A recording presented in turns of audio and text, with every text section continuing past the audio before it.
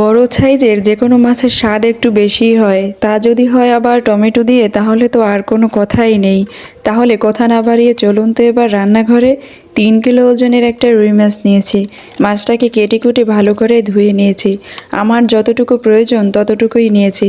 প্রথমে মাছগুলো হলুদ মরিচ লবণ দিয়ে লাল লাল করে ভেজে নিয়েছি। মাছ ভাজা হয়ে গেছে, এবার রান্না করার পালা।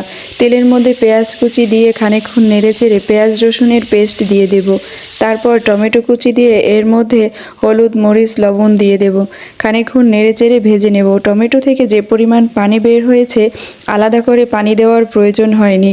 এবার ঝোলের পানি দিয়ে মাছগুলোকে দিয়ে দেব। মাছের পানিটা এখন মাছের গা মাখা মাখা হয়ে আসবে, তখন ধনিয়া পাতা ও জিরে গুঁড়ো দিয়ে একটু উল্টে পাল্টে নামিয়ে নেব। এবার গরম গরম ভাতের সাথে পরিবেশন করুন। এভাবে বাসায় একবার হলেও খেয়ে দেখবেন। সত্যি বলছি, মাছটা খেতে দারুণ হয়েছিল।